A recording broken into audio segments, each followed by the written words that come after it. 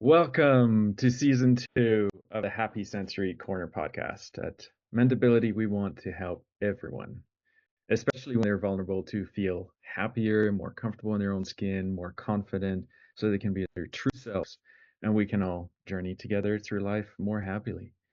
Our contribution is to work on brain health.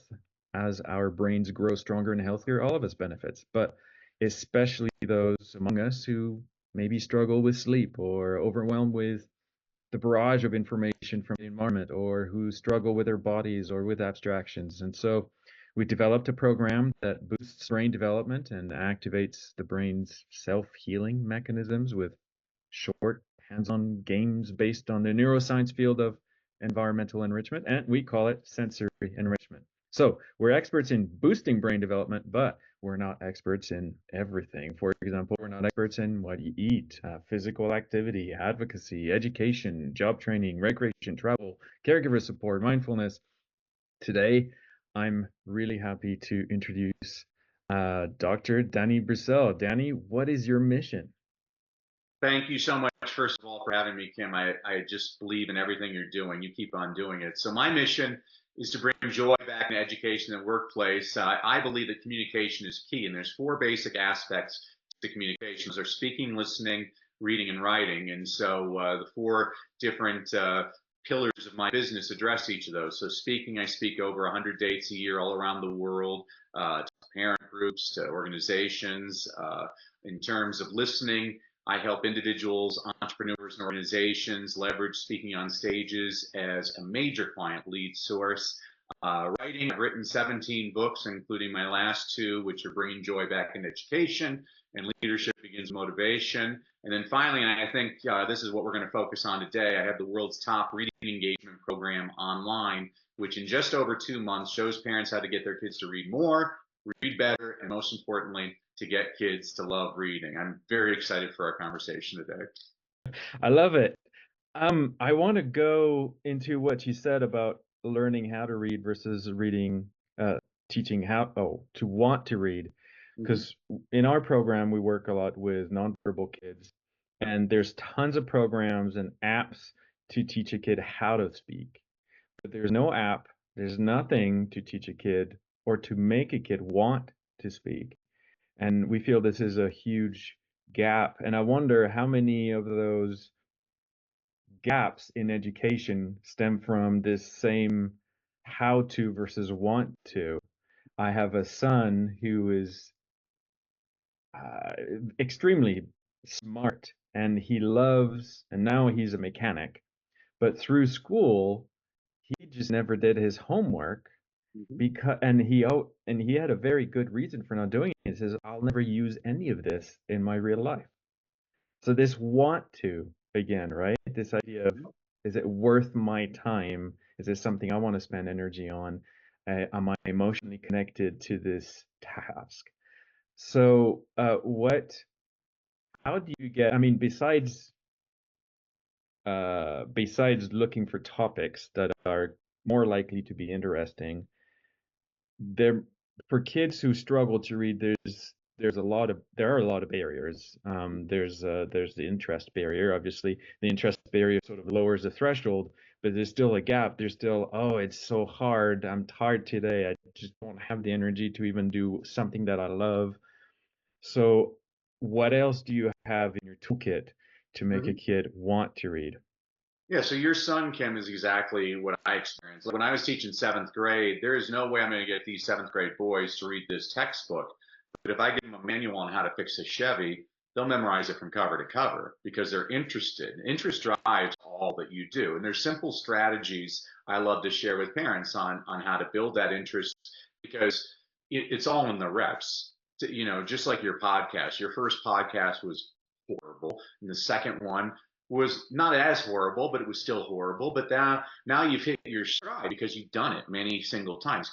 Humans are creatures of habit, and so one of the first strategies I always share with parents is turn the closed captioning on the television.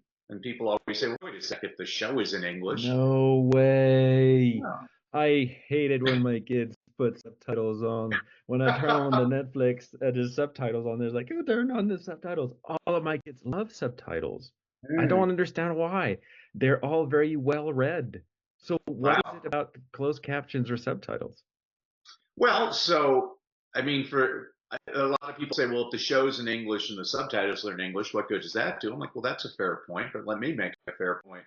Have you ever watched a show with subtitles and not looked at the subtitles? I can already tell from your voice, you can't. It drives you nuts because your That's brain is. right. That's why it annoys me. Yeah, and there's actually research to support this. If you look at reading scores around the world, the more kids watch TV, the lower their reading scores are in every single country on the planet except for one. The country where the kids watch the most TV has the highest reading scores on the planet. It's Finland. And people always ask, well, how can that be, Danny? I'm like, well, because Finland makes really bad TV shows. And so what they do is they import all these old American sitcoms like Happy Days and Welcome Back, Kotter and Good Times, and they have to subtitle everything in Finnish. The kids are constantly reading. So it might be menacing to you that the subtitles are on, but if our point is to get the kids reading, that's one of the easiest ways because it's just force fed to them. Another way, the minutes matter. So I have the world's top reading engagement program online, which in just over 2 months shows parents how to get their kids to read more, read better, and most importantly, to love reading because again, the minutes matter. So there's two numbers I always point out to people. The numbers are 67 and 20. So let's start with 67. A lot of people say it takes 21 days to change a habit. To those people, I say, show me the research on that. It's a completely fabricated number. I know exactly where the number comes from, by the way. It comes from a wonderful book written in 1960 called Psycho-Cybernetics by Dr. Maxwell Maltz. Now, Dr. Maltz was a plastic surgeon, and in the preface of the book, he observed that a lot of his patients, when they had their plastic surgery and their faces were changed, he said it took them about 21 days to get used to their new faces. Well, a lot of personal development self-help gurus, a lot of people I respect, by the way, started telling people it takes 21 days to change a habit. There is no research to support that whatsoever. So in 2009, the University of London did a habit formation study, and they found it took anywhere from 18 to 254 days to change a habit, and the average was 66 days. Well, I don't like the number 66, so I threw in a bonus day, 67 days. So it depends on the type of habit you're trying to change. So, for example, if you want to drink a glass of water before breakfast, that might take 18 days to make that into a habit. But if you want to quit smoking, that could take 254 days to change a habit. And here's why this is important, Kim. Let's say if you go on a diet and you follow it religiously for 21 days, but then on day 22 you fall off the wagon. Well, you blame yourself. That's wrong because the research shows it takes at least 3 times longer on average for you to formulate that habit. So that's the first number, 67. The second number is 20. So researchers around the world were looking at what are the characteristics of successful students in different countries. And they found something they couldn't believe because it was so simple. It was the number of minutes spent reading outside of school. So they looked at the low kids, the average kids, and the high kids. So the kids in the 20th percentile, your F students, your lowest students, they averaged less than a minute a day reading outside of school. That didn't surprise anybody. It's probably why they're at the bottom of the class. But the next number did surprise the researchers. The kids in the middle of the class, the 70th percentile, C students, your average students, Yeah. their average is 9.6 minutes a day of reading outside of school. And so when I'm doing a live training with parents, the room gets really quiet right now. And the first hand raises, and a parent says, wait a sec, are you saying if I can get my kid to read 10 minutes a day at home, I can take him from an F to a C? That's exactly what I'm saying. There is actually a lot of research to support this, but the next number really blew researchers out of the water. The 90th percentile kids, your A minus students, some of your top students, do they average 3 hours a day reading outside of school? No. Do they average 1 hour a day reading outside of school? No. The average was just over 20 minutes a day. The entire goal of my program is to help parents find those 20 minutes in their day to get their kids reading for fun. There's two things that are important to remember. First of all, I already gave you one of them, is being read aloud to is just as good as reading on your own. And secondly, the numbers, the minutes don't have to be consecutive. So you can do a minute here, you can do 3 minutes here. One of the strategies I share with parents is if it takes you 10 minutes each way to drive your kid to and from school, put in an Audible book. You just covered your 20 minutes on the drive to and from school. So this is just another way.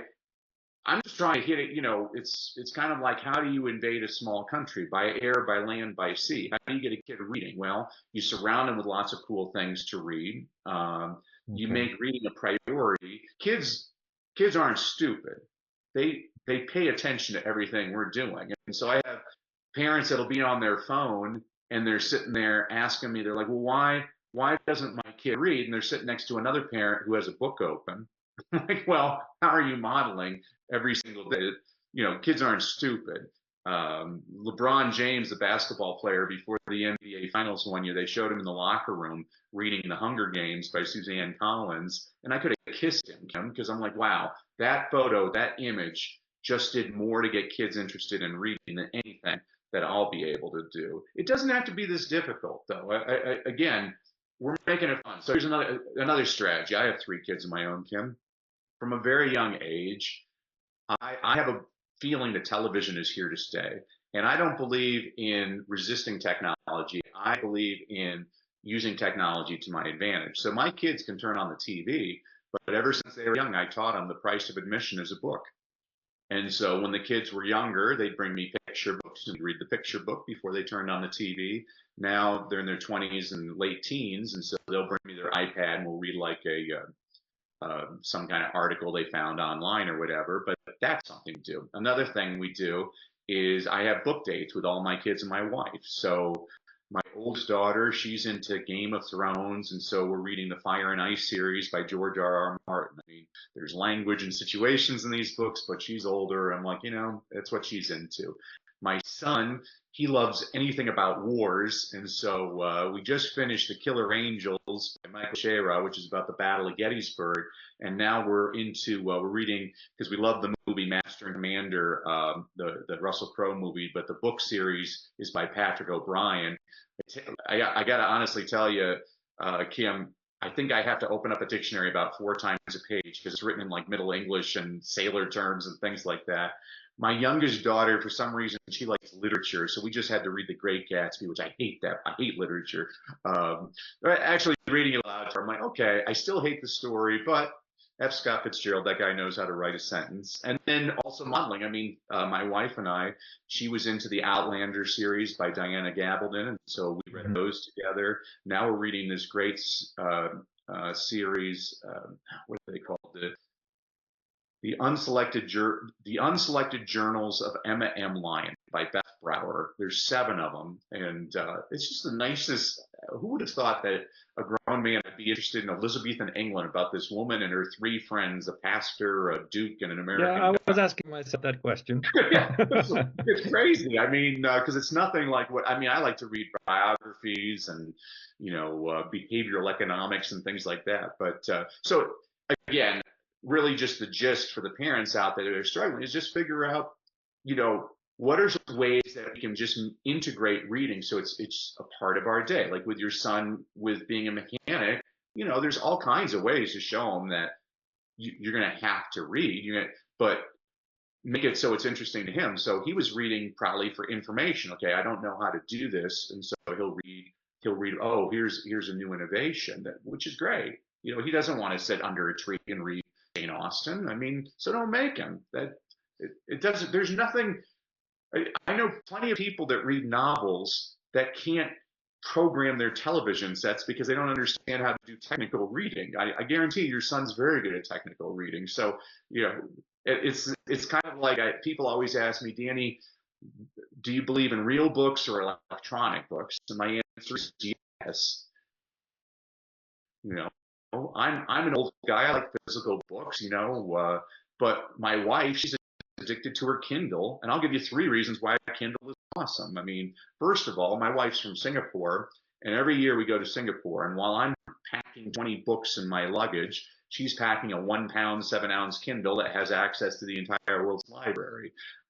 Second of all, we both like to read in bed, and it drives my wife crazy because I have a physical book, so I always have to have my lamp on. Well, she doesn't need that because the Kindle illuminates itself. And then finally, I'm getting on in years. It's very difficult for me to read text sometimes.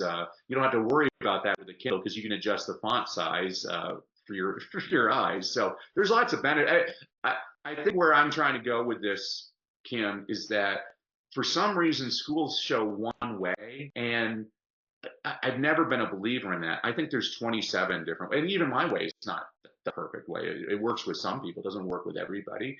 To each his own. And I think that's kind of my criticism of education is I tell this to teachers all the time. I mean, teaching is easy. I believe anybody can be a teacher.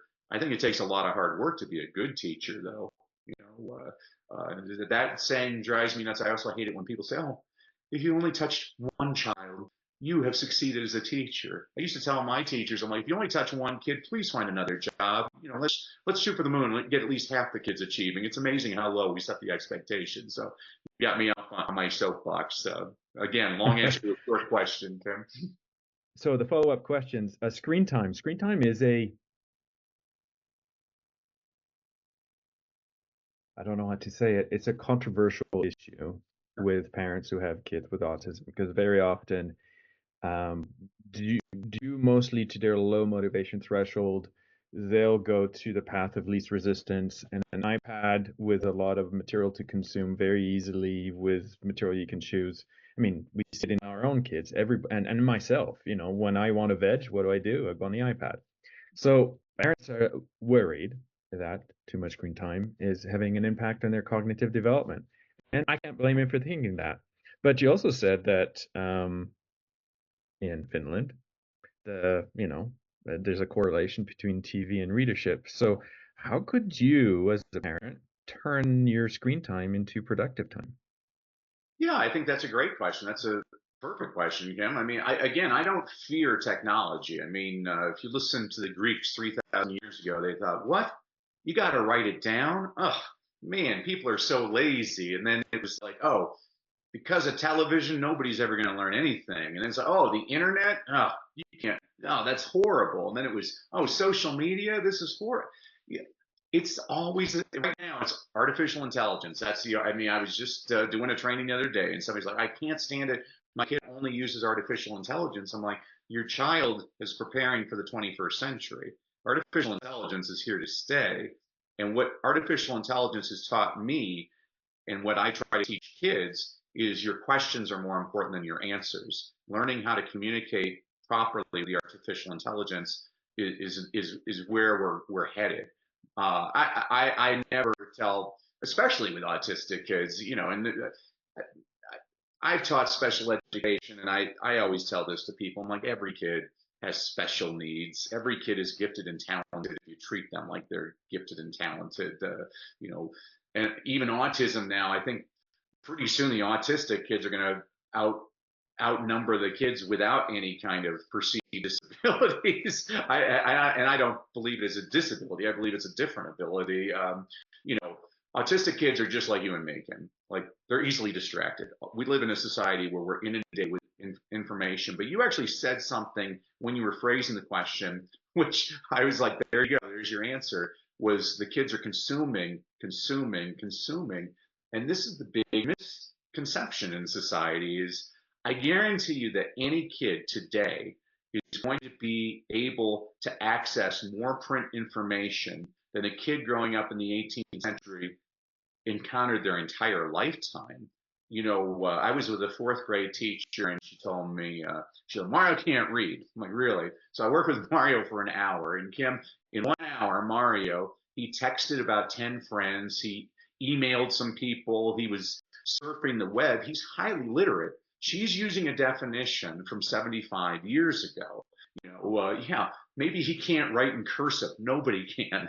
You know, it's a skill that is, and I understand people that love cursive, but is that a very necessary skill in today's society? I think that, you know, again, how do we embrace the technology and use it to our advantage? Again, if my kids are on their devices all the time, and they've actually done lots of studies on this on YouTube, that 80% of people watching YouTube videos have it on mute, and they're subtitled, and the kids are reading the subtitles all the time, which I think is great. It's because most people they're watching when they're in class or when they're at work, so they don't want to disturb anybody. I think that's funny. In terms of long-term effects, I haven't actually seen enough research. We don't know how good or bad this is. And so I understand that concern because uh, probably one of my downfalls is unless you can show me the research, I don't listen to it. I'm like, well, opinion is great, but let's see, are there actual numbers? I mean, it could be having all kinds. I mean, I honestly think that we're all going to evolve a third eye just because, like, even when I'm watching sports, let's say you're watching sports night and hockey night in Canada, you're trying to watch the game, but there's a scroll at the bottom of the screen giving you scores and updates, and on the side of the screen it's got the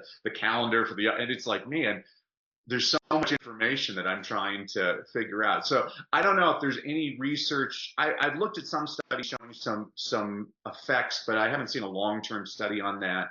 But even if there was what I'll say is this: I still think there's an opportunity there. I think that people that are trying to deny kids their cell phones or deny watching television or AI, I'm like, well, you're putting your head in the sand. The kids know it's there.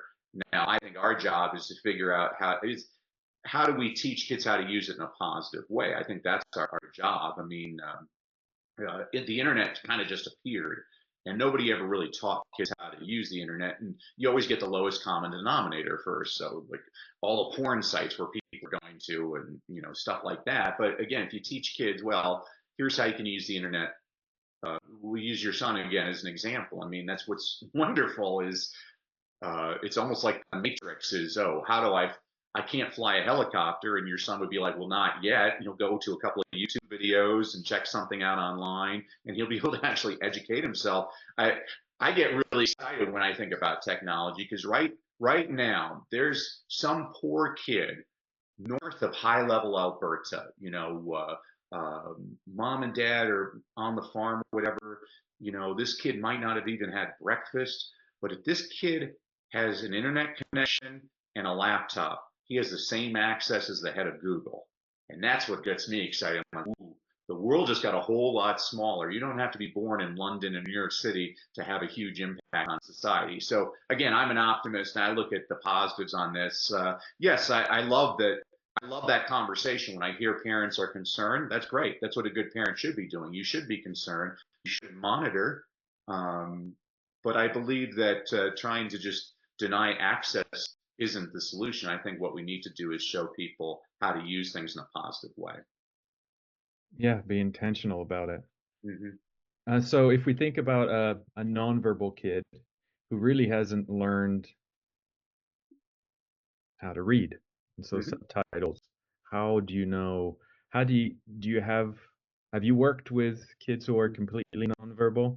Yeah, absolutely. Actually, that's one of my best success stories. Was I had a nonverbal child I worked with for 3 weeks, and I missed a day, and the kid said the word "read" to the teacher, and she almost fell down.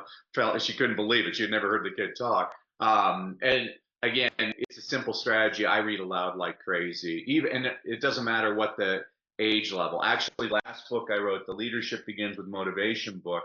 When I was a kid, Kim, there was a guy named Paul Harvey who'd come on the radio every day at 12:15. He'd be like, "I'm Paul Harvey with the rest of the story," and he'd do a read aloud. And he's talking. You're trying to figure out, well, who's the person he's talking about? What's the company? Um, well, when I was a teacher in middle school, I was the only teacher that none of my students were ever late to class because they always wanted to hear that story. Because I would read them a story and they're like, "Oh, who's he talking about?" But a lot of those stories are about people like Sears and Roebuck. Well, a kid today doesn't even know what Sears Roebuck is. And so I wrote this book, Leadership Begins with Motivation. And what I did is I updated it with stories that the kids are more familiar with, like Elon Musk and Jeff Bezos and stuff. If you'll permit me, I'll just read a Yeah. quick. This is how I entice kids. So here's a. Hang on. I do want to learn a little bit more about your nonverbal student. Yeah. You can do that after the reading if you still No, remember it. is Deshaun, and Deshaun, everybody always put him in the corner, thought he couldn't do anything. But Sean, I only worked with him for a couple of Did he months. have a did Deshaun have a condition, a diagnosed condition, and how severely affected was he? Well, he was he was. I mean, he was nonverbal. They couldn't believe when he even said a word. He had like four teachers with him all the time. All I ever did with him, Kim, honestly, is I just read aloud to him, and he had always And shown how a old was he? He was 9 years Okay. old, and he always showed a disinterest in school. He kind of do his own thing. He was a person. He always needed something in his hands, and the teachers always would make him not have anything in his hands. I actually do exactly the opposite with my students.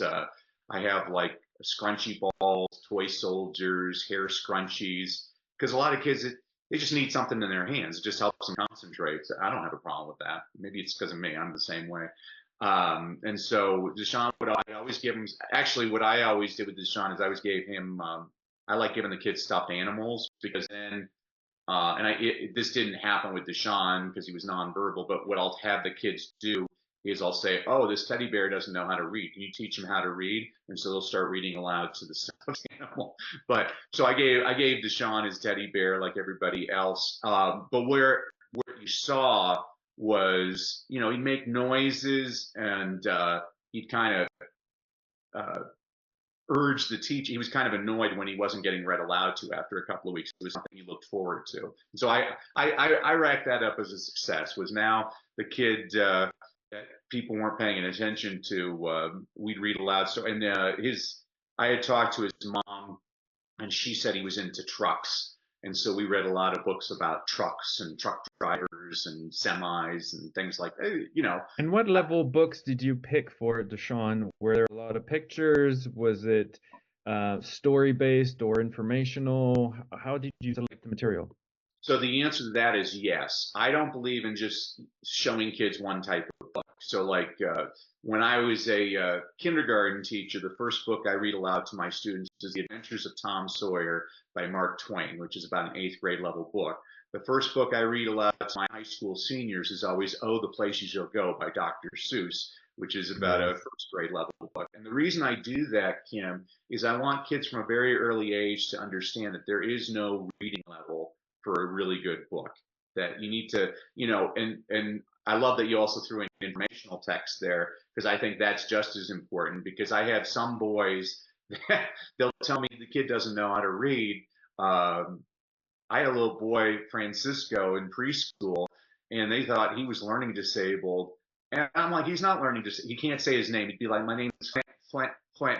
I show him a dinosaur book. He's like, Tyrannosaurus Rex. I'm like, dude, you can't pronounce your name, but you can pronounce a multisyllabic dinosaur name. That's a high interest book. I mean, and this kid, Francisco, that everybody thought he didn't know anything, I'm like, ask him about a stegosaurus. I guarantee you, he can tell you everything you ever wanted to know about a stegosaurus. That's our entry point. I'm like, okay, now I got it. I figured out what the kid's interested in. With Deshaun, he was into trucks, and I do big books with the pictures, and I'd point to the words as I was reading aloud. But sometimes I would just read him. There was a trucking magazine. I can't remember the name of the trucking magazine, but I'd read to him truck stories. Sometimes I'd have a baseball cap and act like I had a CB radio. Trucker.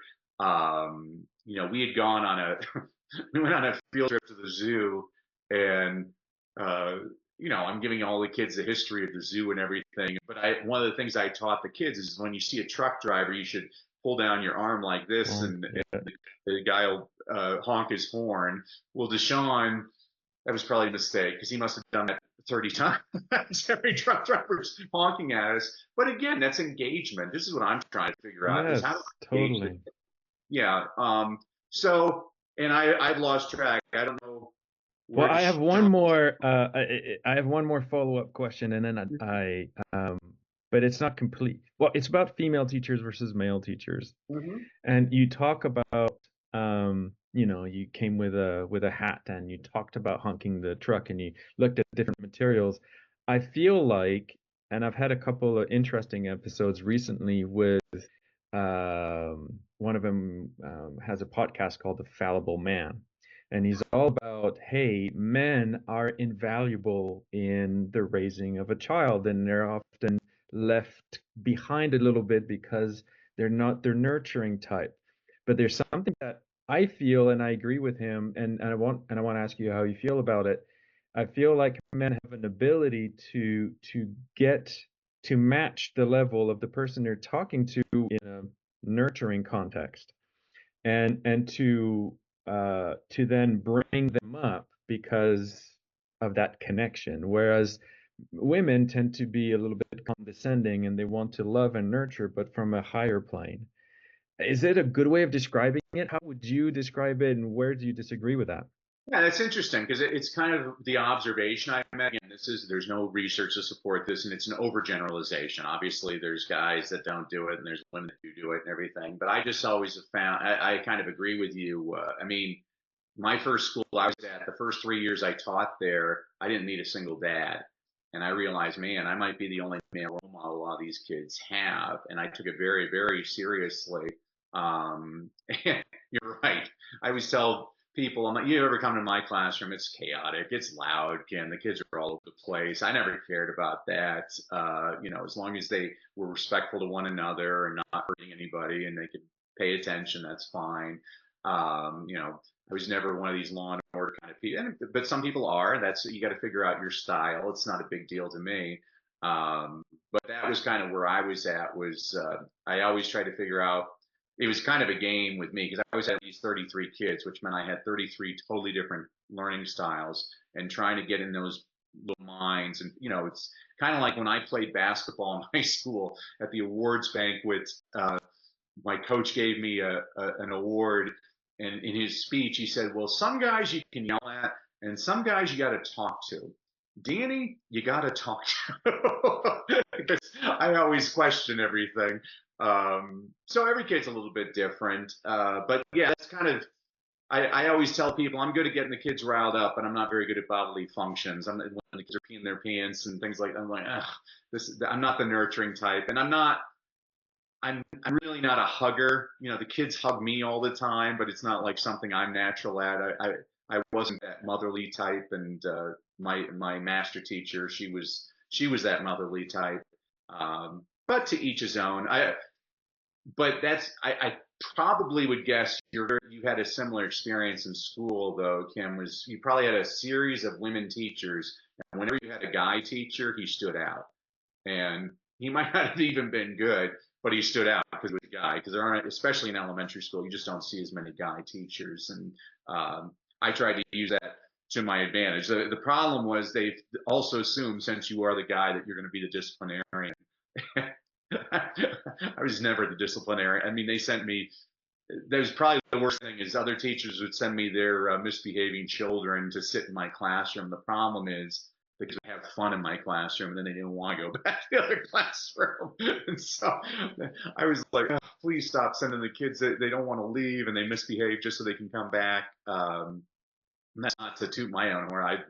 I have plenty of flaws as a teacher. So everybody's a little bit different. So do you But think, I think that's an interesting observation you made. yeah, so I'm now thinking of the kids who are lucky enough to have both a man and a woman, or a male role model and a female role model in their life, that they have access to regularly. It sounds to me, and it's almost a yes or no question. It's a bit of a dumb question, or maybe let me rephrase it. Where and how much of each sex slash gender slash personality would you have involved in picking, or involved in the reading ability or the reading interests, and when you look at intentional parenting with reading, how what's your experience with involving both sets of parents, for example?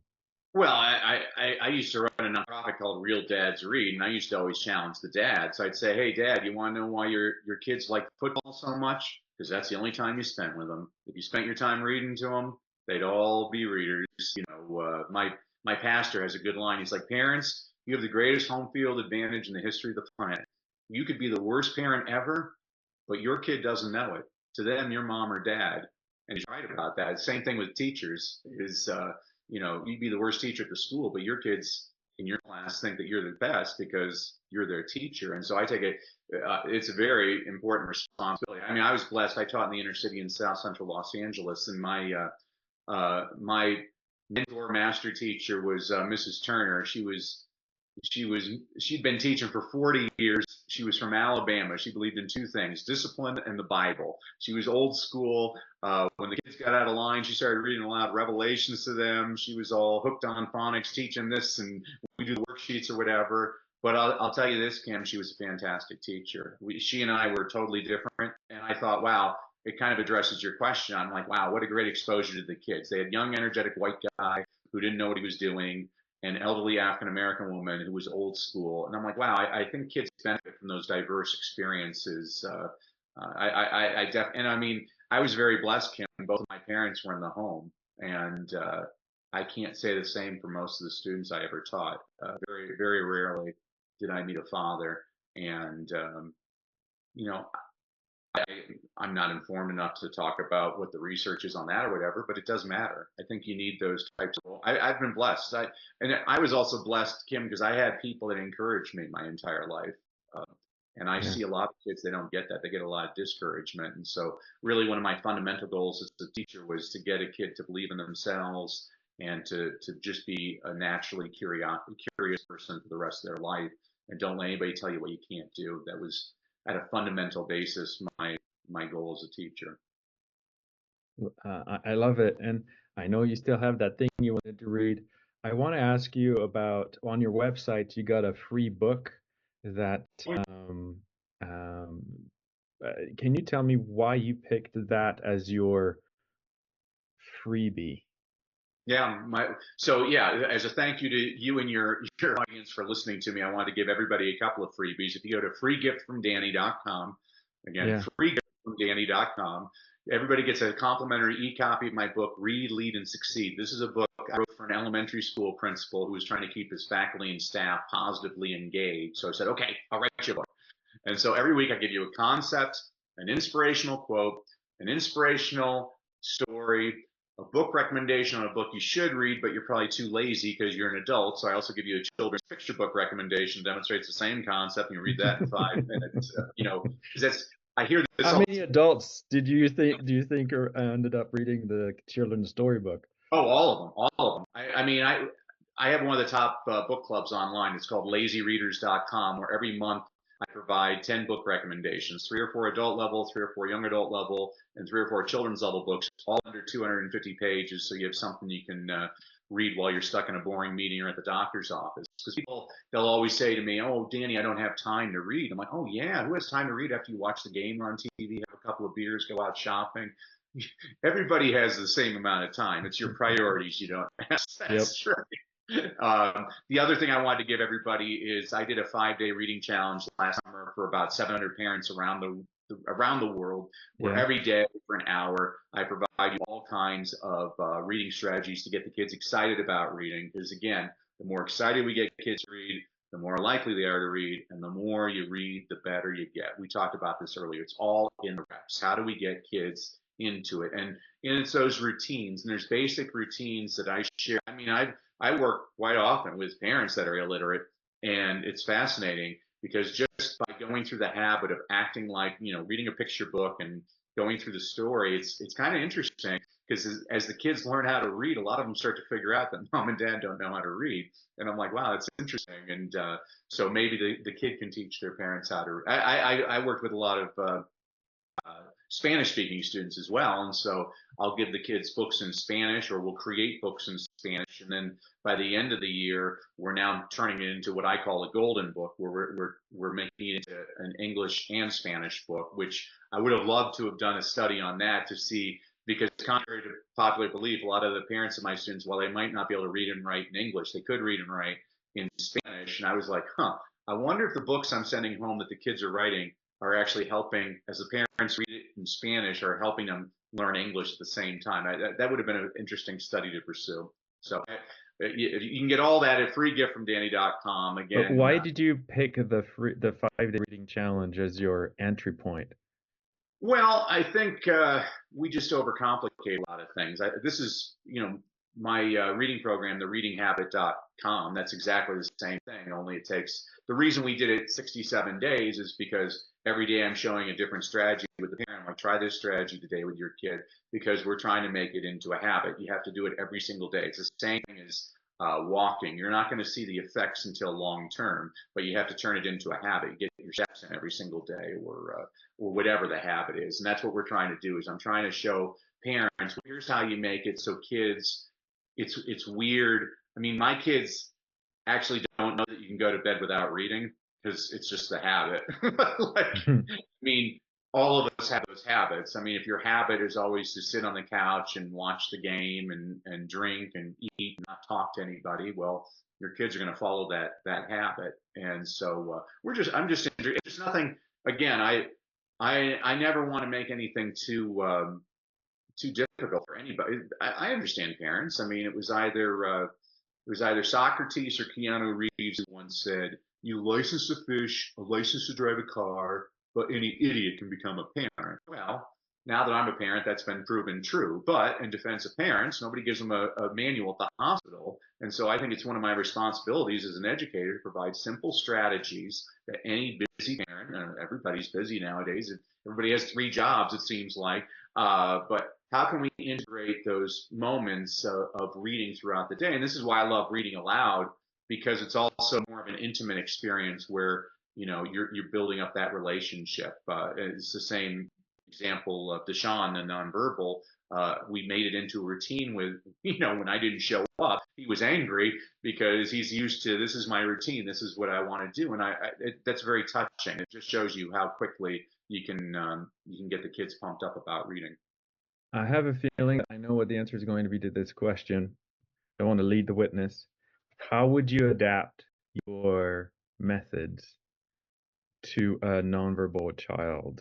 If we have a bunch of parents going to the 5-day reading challenge and it's like, this is awesome, I want to do the 67-day reading challenge, I'm going to call it. How would you modify, if you were a parent of a nonverbal kid, what they're learning in there to their Yeah, I think situation? you know exactly the answer I'm going to give you, because I had recommended Jim Terlise's book, The Read Aloud Handbook. But the reading aloud is the most important thing, in finding the interest of the kid, and creating those shared experiences all the time. I mean, just because a kid's nonverbal doesn't mean they're not learning anything. They probably have the answers and they're just sitting there laughing to themselves. I'm always fascinated by, I'm like, what's going on in that mind? Why But do you read need me aloud to and talk create so the bad? habit. I haven't, yeah, anyway. Awesome. So thank you so much, for spending time talking to us about how simple it is really to get a child interested in reading. And I would transfer even those skills to interested in speaking. There's a lot of it that's in common. And, we talked about interested in doing math and all of that other stuff. Thank you so much. I feel so invigorated and energized, and I'm sure our audience are too. Um, any final parting words? Well, I want all of your audience to understand you're not alone. I mean, I was speaking to a school in India, pumping up all the kids, and at the end of the presentation, this 6-year-old boy comes up to me with tears, and I notice he's missing his left arm. He's like, "Well, what can somebody like me do?" And so I squatted down, got to his eye level, and I said, when I was your age, I went to 18 different schools before I was 12 years old. Everybody called me stupid because I stuttered. And eventually I had a teacher who she would work with me one on one, and she would sing things to me and I would sing them back. And when I sang, I didn't have my stutter. It was kind of like the movie The King's Speech. And Yeah. eventually I lost most of my stutter and I became a swan. But I looked at that little boy. I'm like, isn't it interesting that the little boy everybody said who was stupid now gets paid extraordinary sums of money to go around the world to do what? And he just got the biggest grin on his face. He's like, "Speak." I'm like, "Don't let anybody ever tell you what you cannot do. The world is your oyster." So, uh, as a parent, I know a lot of your audience are parents of students that have perceived disabilities. You just love that kid, and don't ever lower those expectations. You have no everybody shine. I mean, I used to tell my kindergartners, I hope to God this isn't the best year of your life. I hope it's next year and the year after that. I mean, I played high school football with guys who still talk about when we played high school football together. I mean, the windshield's a whole lot bigger than the rear view mirror. Your story is still being written, so never give up. Thanks, Danny. Thank you so much. Thank you, Kim.